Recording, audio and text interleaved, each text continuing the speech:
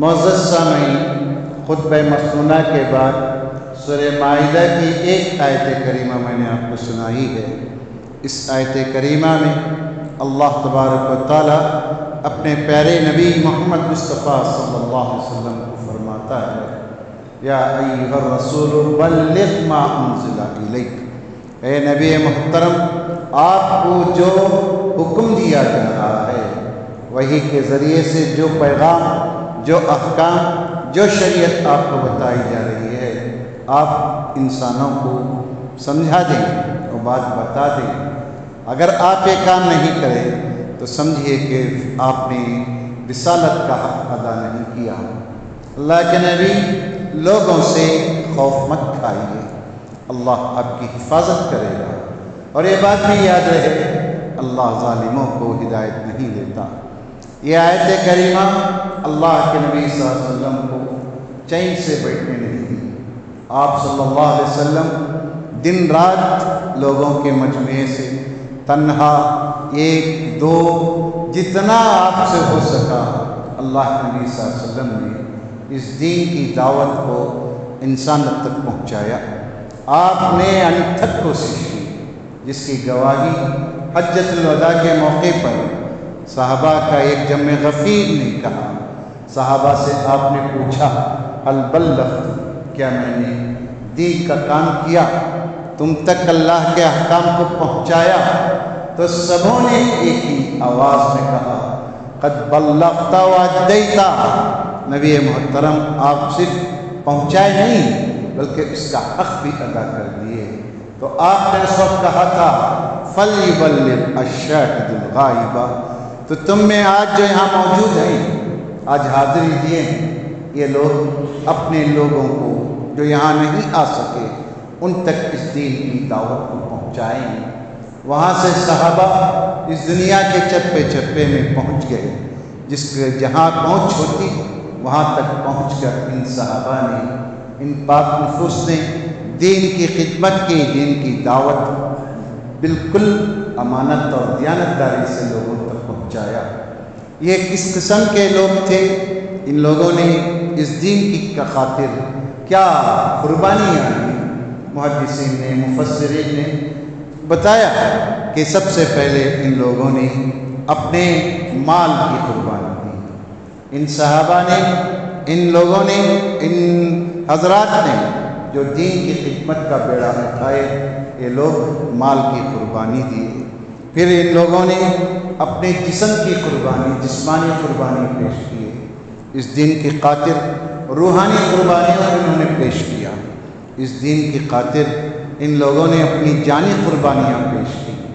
ان لوگوں نے اس دین کی خاطر اپنی خواہشات کے گلوں کو گھونٹ دیا۔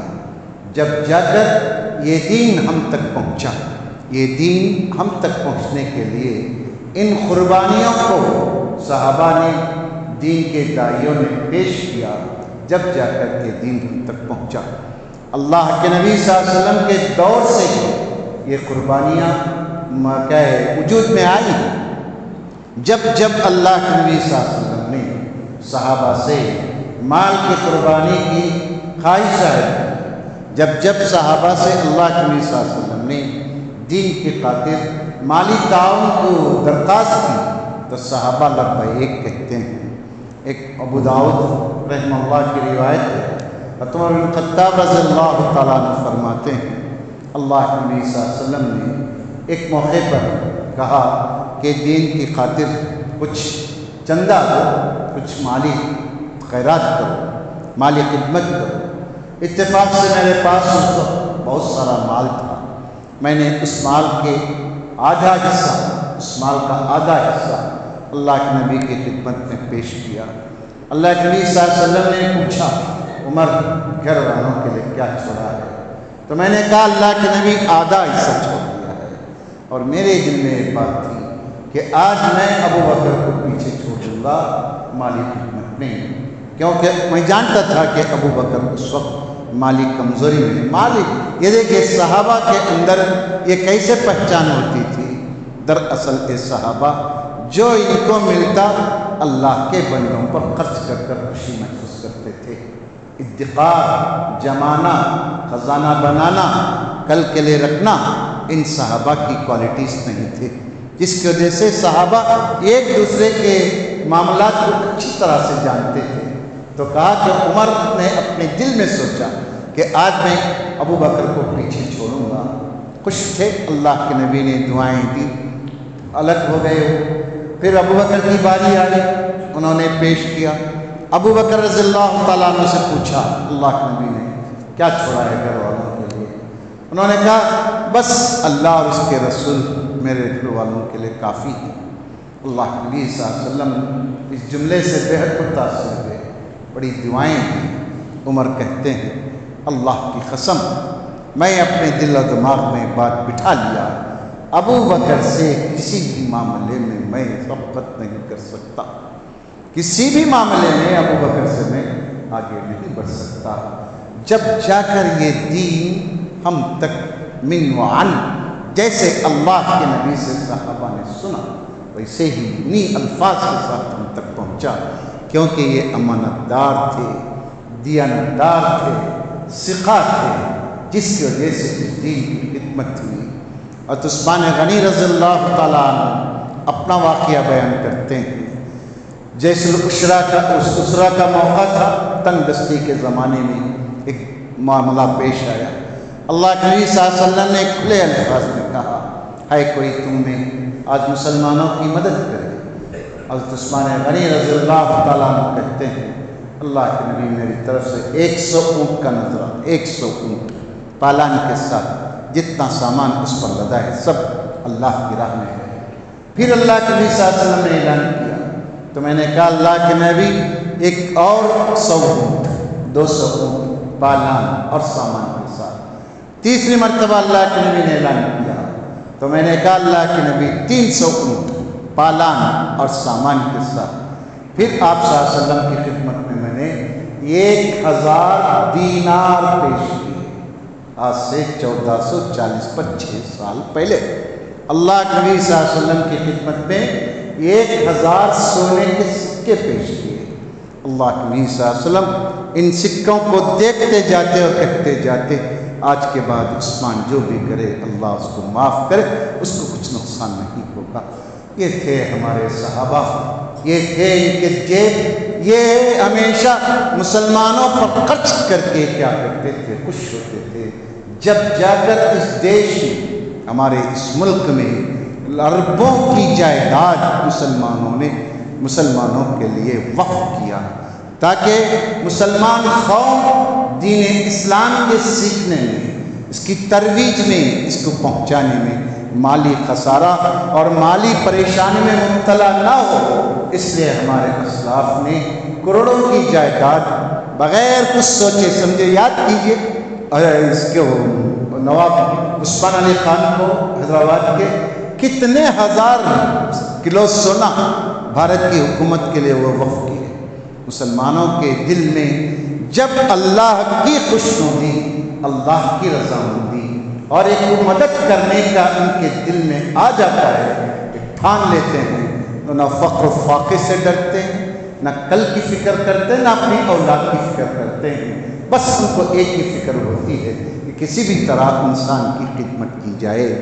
یہ صحابہ تھے ہمارے جنہوں نے اپنا مال پیش کر کے دین کی خدمت کیے، اور ہمارے اس ملک میں بھی جتنے لوگ نواب، بادشاہ یا سلطان جتنے بھی گزرے ہیں، ان سبوں نے کچھ نہ کچھ دین کی خدمت کی ہے۔ جب جا کر لوگ کہتے ہیں کہ یہ لاکھوں کی ایکڑ میں، لاکھوں کے حساب سے زمین مسلمانوں کے پاس ہے، اس لیے اس پر غاصبانہ قبضہ قانون کے ذریعے سے کرنا ہے، اور ہم ہیں مست پڑے ہیں، کسی قسم کی ہم کو فکر اور چنتا نہیں ہے۔ کتنا دکھ ہوتا ہے، صرف 80 لاکھ میسیجز اب تک پہنچے ہیں، سب سے پیچھے ہمارا صوبہ 4 لاکھ لوگ بھی اب تک میسیج نہیں کر سکتے۔ ہم کیا دین کی خدمت کر سکیں گے؟ کیا قربانی دے سکیں گے؟ کیا اتنا بھی بے حس ہو چکے ہیں ہم لوگ کہ ہم اپنے موبائل سے ایک میل نہیں کر سکتے؟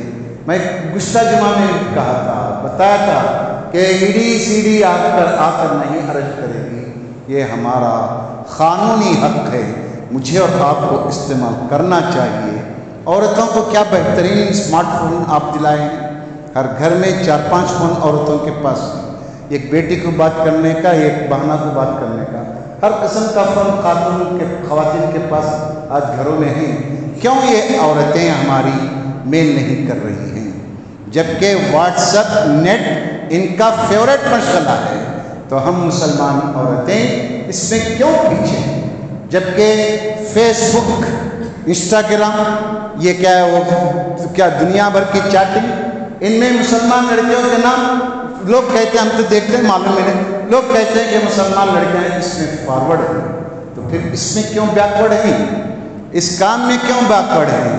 اللہ کے بندو، ذرا ہوش کے ناخن لیں ہم، اور اپنے گھروں کے خواتین کے فون کے ذریعے سے ووٹ کریں۔ آج رات کے 12 بجے تک وقت ہے، ہم کچھ نہیں کر سکے تو کم سے کم ایک انگلی کے بٹن کو دبا کر ووٹ دے کر تو کم سے کم اپنا حق ادا کریں۔ آگے بڑھیں۔ اللہ کے نبی صلی اللہ علیہ وسلم کے صحابہ نہ صرف مالی قربانی دیتے تھے بلکہ جسمانی قربانیوں کے لیے بھی ان کے جسم ہمیشہ تیار تھے۔ آپ کو معلوم ہے بلال رضی اللہ تعالیٰ عنہ، بلال بن رباح ایسے صحابی ہیں اور ایسے سخت جان صحابی ہیں۔ ہیرا کی سرزمین پر، ہیرا کی سرزمین والی تو ایسی سخت زمین ہو، ایسی سخت تانبے کی طرح گرم ہو جاتی ہے، اس پر پیر رکھ کر چل نہیں سکتے آپ۔ اس تپتی ریت پر ننگے بدن بلال بن رباح کو امیہ ڈال دیتا تھا۔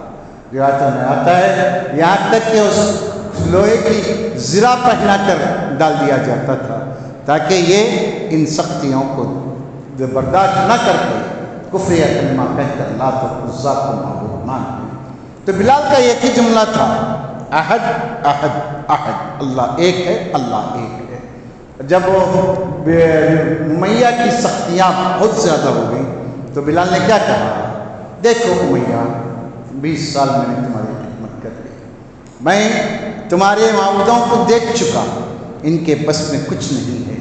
دیکھو تم میرے جسم پر حکومت چلا سکتے ہو، میرے دل پر تمہارا کچھ بس نہیں چل سکتا۔ یہ بلال رضی اللہ تعالیٰ عنہ کے الفاظ تھے۔ اس دین کی خاطر ہمارے اسلاف نے، ہمارے صحابہ نے ہر قسم کی سختی کو برداشت کیا۔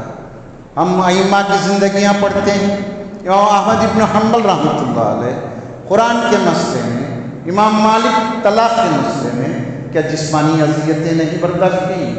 روایتوں میں آتا ہے امام مالک کو طلاق مکرہ کے لیے ایسی سخت سزا حکمران دیتا تھا، اگر ایک ہینٹر اگر ہاتھی پر پڑتا تو ہاتھی بلبلا جاتا، لیکن امام مالک رحمۃ اللہ علیہ اس کو برداشت کرتے تھے اور کہتے تھے جو مجھے پہچانتا ہے پہچانتا ہے، جو نہیں پہچانتا میں مالک ابن انس ہوں، میں یہ کہتا ہوں کہ زبردستی کی طلاق نہیں ہو سکتی۔ یہ ہمارے اسلاف تھے، ہمارے ائمہ تھے جنہوں نے دین کی خاطر اپنے جسموں کو پیش کیا۔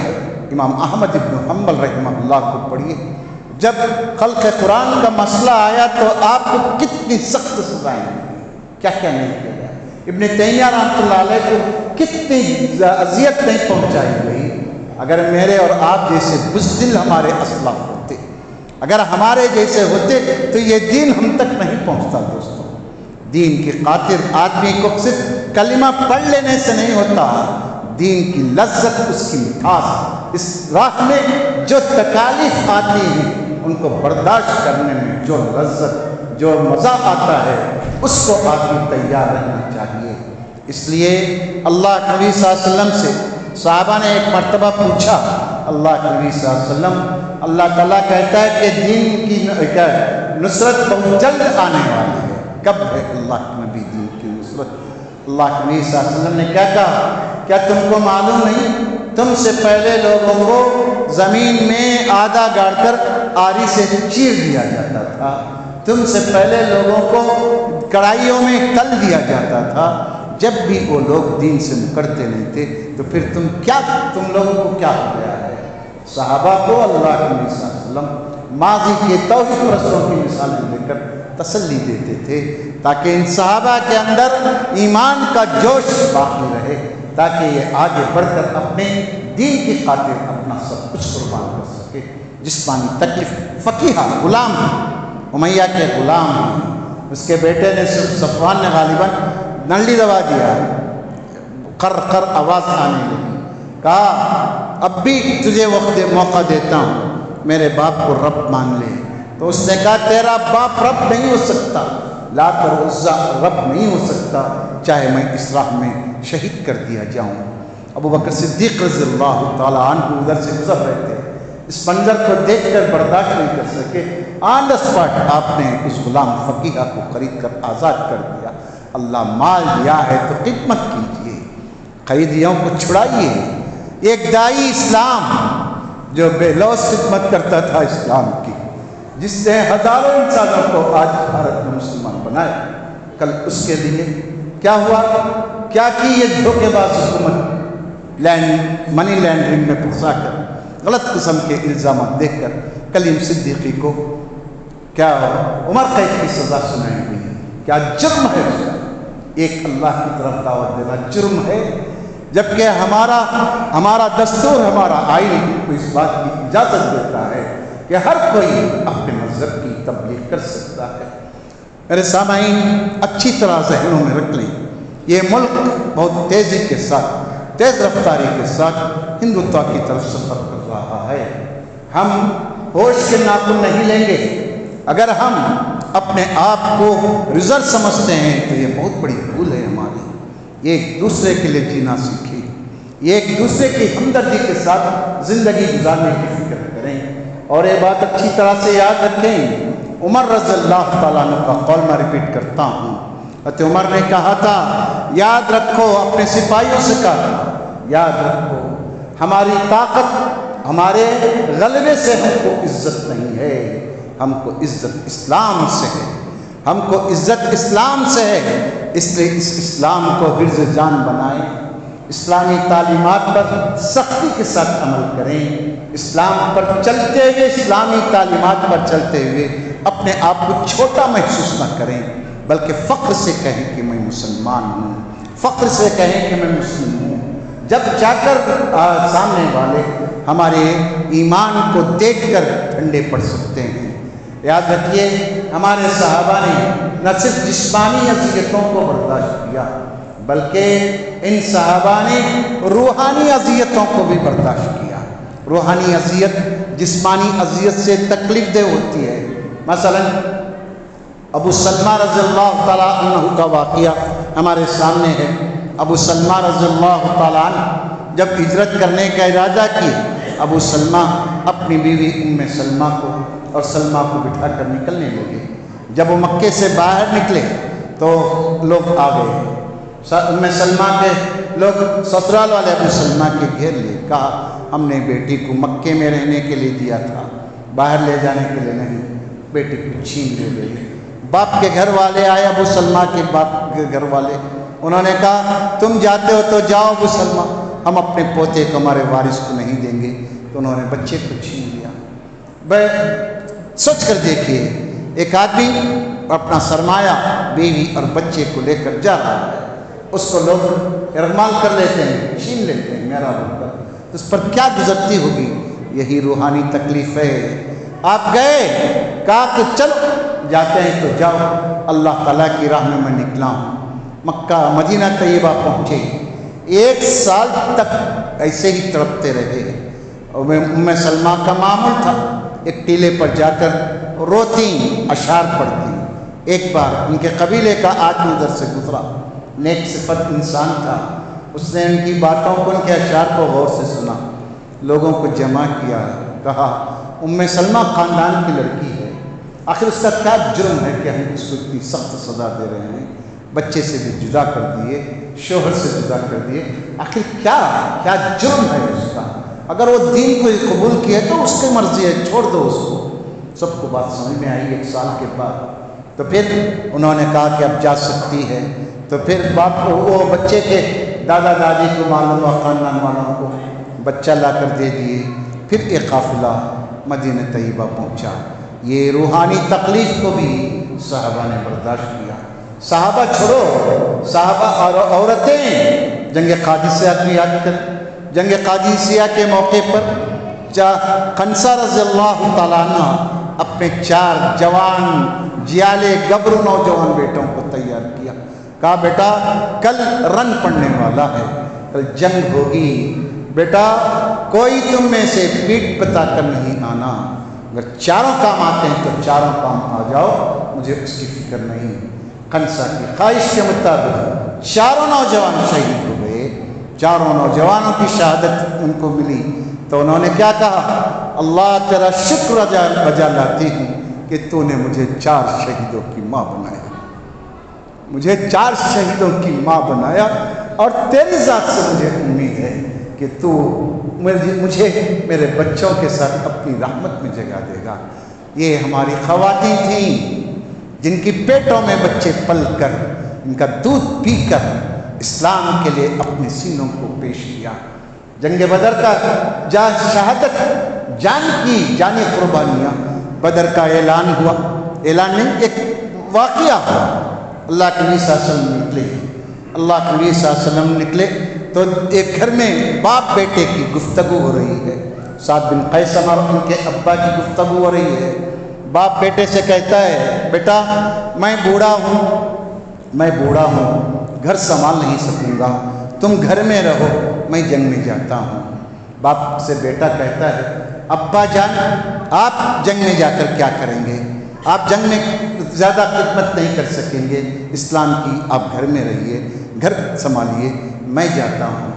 دونوں کی تکرار ایسے ہی چلتی رہی، آخر باپ نے کہا بیٹا یہ تکرار ختم نہیں ہوگی، لہٰذا کیا کریں، خورا ڈالتے ہیں، تو اگر تمہارا نام آتا ہے تو تم جنگ کے لیے نکلو، میرا نام آتا ہے تو میں نکلوں گا۔ دونوں کا خورا ہوا، بیٹے کا نام آیا سعد بن قیسمہ کا، سعد بن قیسمہ خوشی سے فرط مسرت میں ناچنے لگے، جنگ میں شریک ہوئے، شہادت پائی۔ یہ ہمارے صحابہ کی دین کی خاطر خدمات ہیں، جو اپنی جان کو ہتھیلی پر لے کر چلتے تھے اور کہتے تھے کہ اگر خون بہتا ہے اسلام کے لیے تو روز قیامت اس خون سے مشک اور عنبر کی بو آئے گی۔ آج ہم ایک ووٹ دینے کے لیے گھبرا رہے ہیں، معلوم نہیں سی ڈی والے کیا کریں گے، ای ڈی والے کیا کریں گے، کچھ بھی نہیں کر سکتے انشاءاللہ۔ اس طرح بزدلی دکھاتے رہیں گے تو ہر گھر پر پولیس ہوگی، ہر گھر پر لوٹ ہوگی۔ یہ لوگ لٹے رہے ہیں، مسلمانوں کو شروع سے لوٹتے آئے ہیں، آج بھی یہ لوٹنے کی کوشش کر رہے ہیں۔ بزدلی دکھائیں گے، قدم پیچھے ہٹائیں گے تو لوٹ لیں گے، لیکن آپ پر کوئی رحم کھانے والا نہیں ہوگا۔ کیوں؟ بما کسبت ایدی الناس، اللہ موقع دیا، موقع کا فائدہ نہیں اٹھائے، اپنی جان کی، اپنی عزت کی اور اپنے اسٹیٹس کی ہم کو فکر رہی تو کون ہم پر رحم کھائے گا؟ آگے بڑھیے۔ اللہ کے نبی صلی اللہ علیہ وسلم کے صحابہ اپنی جانیں قربانیاں دینے کے لیے، جنگ احد کی مثال ہمارے سامنے ہے۔ حضرت سعد رضی اللہ تعالیٰ عنہ کہ قربانیاں کیسے دیتے تھے صحابہ، ان کی خواہشات کیا تھیں۔ سعد بن وقاص رضی اللہ تعالیٰ عنہ، عبداللہ بن جحش رضی اللہ تعالیٰ عنہ، دونوں دعا کرتے ہیں۔ ایک سعد بن وقاص دعا کر رہے ہیں کہ کیا دعا کرتے ہیں کہ اللہ کل مجھے ایک ایسے دشمن سے ہم کنار کرنا، ایسے دشمن سے میں مقابلہ کروں جو طاقتور ہو، جو زور آور ہو، میں اس کو شہید کر دوں اور میں اس کا اجر پاؤں۔ پت عبداللہ بن جحش نے آمین کہا، اور عبداللہ بن جحش کی دعا سنیے۔ عبداللہ بن جحش دعا کرتے ہیں اے اللہ کل صبح ہوگی، ایک ایسے دشمن سے میرا سامنا ہونا جو طاقتور ہو، جو زور آور ہو، جو غصہ آور ہو، وہ صرف نہ مجھے شہید کرے بلکہ میرے ناک اور کان کو کاٹ ڈالے، اس سے نہیں۔ سعد بن وقاص آمین کہتے ہیں۔ جنگ ہوئی، جنگ ختم ہوئی، جنگ ختم ہونے کے بعد سعد بن وقاص رضی اللہ تعالیٰ عنہ عبداللہ بن جحش رضی اللہ تعالیٰ عنہ کے لاشے کے پاس پہنچے۔ اللہ کے نبی صلی اللہ علیہ وسلم سے کہا عبداللہ بن جحش یہ دعا کیے تھے اللہ کے نبی صلی اللہ علیہ وسلم، تو اللہ کے نبی صلی اللہ علیہ وسلم سب کیا کہتے ہیں؟ سچ ہے۔ عبداللہ بن جحش کی دعا اللہ تعالیٰ قبول کیا۔ قیامت کے دن ان کی خواہش تھی عبداللہ بن جحش کی، روز قیامت اللہ مجھ سے پوچھے عبداللہ تیری ناک اور کان کیوں کٹے گئے، تو میں کہوں اپنے رب سے اے اللہ تیری رضا کے لیے تیرے دشمن سے میں جنگ کیا تو اس نے مجھے قتل کر کے اپنا غصہ ناک اور کان کاٹ کے نکالا ہے، یہی میرا جرم ہے۔ کل صدیقی کلیم صدیقی کو ارسٹ کیا گیا، جاتے اس نے کیا کہا؟ اس اللہ کے بندے نے کہا وہ منظر کیسے ہوگا، اپنے لوگوں سے تسلی دیتے کہ وہ منظر کیسے ہوگا جب اللہ تعالیٰ روز قیامت مجھے بلائے گا، کہے گا کلیم تجھے کیوں عمر قید کی سزا سنائی گئی، تو میں کہوں گا اللہ میں نے تیرے بندوں کو تیرے دین کی دعوت دی تھی، اس جرم میں مجھے قید کیا گیا، تو اللہ تعالیٰ مجھے کتنا بڑا انعام دے گا۔ سوچ کر دیکھیے، یہ ہوتے ہیں دین کے خدمت گزار، دین کو اپنانے والے، دین کی راہ پر چلنے والے۔ لہذا دوستو ہر مسلمان ہیں، دبنے والے نہیں ہیں۔ دبنے کی قوم بزدلوں کی ہوتی ہے، ہم بزدل نہیں ہیں، نہ ہمارے اسلاف بزدل تھے، نہ ہمارے صحابہ، نہ ہمارے نبی۔ اللہ تعالیٰ نے ہم سے کہا وَجَاهِدُوا فِي اللَّهِ، اللہ کی راہ میں محنت کیجیے، محنت کریں گے ان تک محنت کریں گے، ہر آن محنت کریں گے، اپنی خواہشات کو پیچھے کیجیے۔ سعد رضی اللہ تعالیٰ عنہ کا واقعہ، سعد نے ایک مرتبہ اللہ کے نبی صلی اللہ علیہ وسلم سے کہا اللہ کے نبی میں بڑا عجیب آدمی ہوں۔ کہا کیوں میاں کیا ہوا ہے؟ کہا اللہ کے نبی کتنے جگہ رشتے کے لیے بھیجا، کوئی آدمی رشتہ دینے کے لیے تیار نہیں ہے۔ تو اللہ کے نبی صلی اللہ علیہ وسلم سے کہتے ہیں میرا رنگ، میری شکل صورت، کوئی مجھے بچی نہیں دیتی۔ اللہ کے نبی صلی اللہ علیہ وسلم نے کہا دل چھوٹا نہ کرو، میں انتظام کرتا ہوں۔ اللہ کے نبی صلی اللہ علیہ وسلم نے عمر بن وہب ثقفی رضی اللہ تعالیٰ عنہ کے پاس ان کی بیٹی کے لیے پیغام بھیجا، جاؤ عمر کے گھر جاؤ، ان سے کہو کہ میں نے تمہارا رشتہ ان کی بیٹی سے کرنے کے لیے کہا ہے۔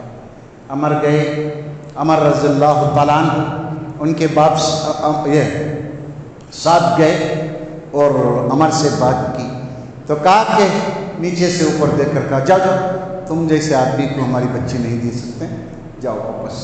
بچی سن رہی تھی، انہوں نے ریپیٹ کیا اللہ کے نبی نے بھیجا ہے، کہا نہیں دے سکتے، جاؤ۔ جب واپس گئے تو بچی نے باپ سے کہا ابا جان آپ نے کیا کام کیا، کتنا بڑا جرم ہے، اللہ کے نبی صلی اللہ علیہ وسلم نے بھیجا تھا، آپ نے اس کو واپس کیا خالی ہاتھ، جائیے آپ فوراً اس کی تلافی کیجیے۔ گئے ڈرتے ہوئے گئے، اللہ کے نبی صلی اللہ علیہ وسلم سے معذرت کیے، کہا اللہ کے نبی میں جانتا نہیں تھا ان کو، اس لیے میں نے انکار کر دیا۔ تو اللہ کے نبی صلی اللہ علیہ وسلم نے کہا میں نے ان کا نکاح ان کے ساتھ کر دیا ہے، اور ساتھ سے کہا جاؤ صاحب تمہاری دلہن کے پاس جاؤ، تمہاری شادی ہو گئی ہے۔ گئے، کچھ تحفے تحائف لینے کے لیے تو جا کر کچھ خریدنا چاہتے تھے، جنگ کا اعلان ہوا، انہوں نے سب چیزوں کو چھوڑ دیا، ساتھ میں گھوڑا خریدا، تلوار خریدا، نیزہ خریدا، پگڑی خریدا، نوشو بن کر پگڑی باندھ کر تلوار لے کر جنگ کے میدان میں اترے، اور اتنی جمع مردی سے لڑتے رہے، اتنی جمع مردی سے کہ ان کا گھوڑا یہ کر دیا، اڑ گیا تو پھینک دیا، تو پیدل بھی لڑتے رہے۔ اللہ کے نبی صلی اللہ علیہ وسلم دیکھتے ہیں اور کوئی پہچان نہیں پا رہا ہے ساتھ کو، کیونکہ پہلی مرتبہ اس شکل و صورت میں پگڑی باندھ کر، زرہ پہن کر، یہ سب جنگی لباس کے ساتھ پورے۔ تو اللہ کے نبی صلی اللہ علیہ وسلم نے ان کے ہاتھوں کو دیکھا، کہا ساتھ، تو پلٹے نہیں، اتنا محو تھے جنگ میں، آخر شہادت پائی۔ ان کی شہادت کے بعد اللہ کے نبی صلی اللہ علیہ وسلم نے ان کے گھوڑے کو، ان کے جو سامان تھے، عمر بن وہب ثقفی کی بیٹی کے پاس بھیجا اور کہا میں نے سعد کا نکاح ان کی بیٹی سے کیا تھا، یہ چھوڑا ہوا ترکہ اس کا ہے، یہ خواہشات کو مارنے والی قوم ہے، ہماری قوم اپنے خواہشات کو مار کر جیب میں سے 10 روپے سے 5 روپے خیرات کر جانے والی قوم ہماری ہے۔ سعد نے اپنی خواہشات کا گلا گھونٹ کر جنگ کے میدان میں شریک ہوئے۔ حنظلہ کا واقعہ کتنے مثالیں ہمارے پاس موجود ہیں۔ لہذا دوستو، خواہشات یہ سب چیزیں انسان کو اللہ سے دور کرتی ہیں۔ آخر ان صحابہ کے اندر یہ کیا جذبہ، کیوں اتنا اسلام سے یہ لوگ محبت کرتے تھے؟ تو اس کا خلاصہ میں آپ کے سامنے پیش کرتا ہوں، اور پر میں جائزہ لیں کہ کیا یہ صفات میرے اندر ہے۔ دین سے محبت، نمبر 2 اللہ اس کے رسول کی اطاعت کا جذبہ، 3 احساس ذمہ داری، 4 روز قیامت میدان حشر میں جواب دہی، آخرت میں انعامات حاصل کرنے کی حرص۔ یہ چیزیں اگر انسان کے اندر، مسلمان کے اندر آ جائیں تو انشاءاللہ ہر میدان میں مسلمان کامیاب ہوں گے۔ اللہ تعالیٰ سے دعا کرتے ہیں، اللہ تعالیٰ ہم نوجوانوں کو، ہمارے بچوں کو، ہماری بچیوں کو دین کی سمجھ عطا کر، دین سے محبت عطا کر۔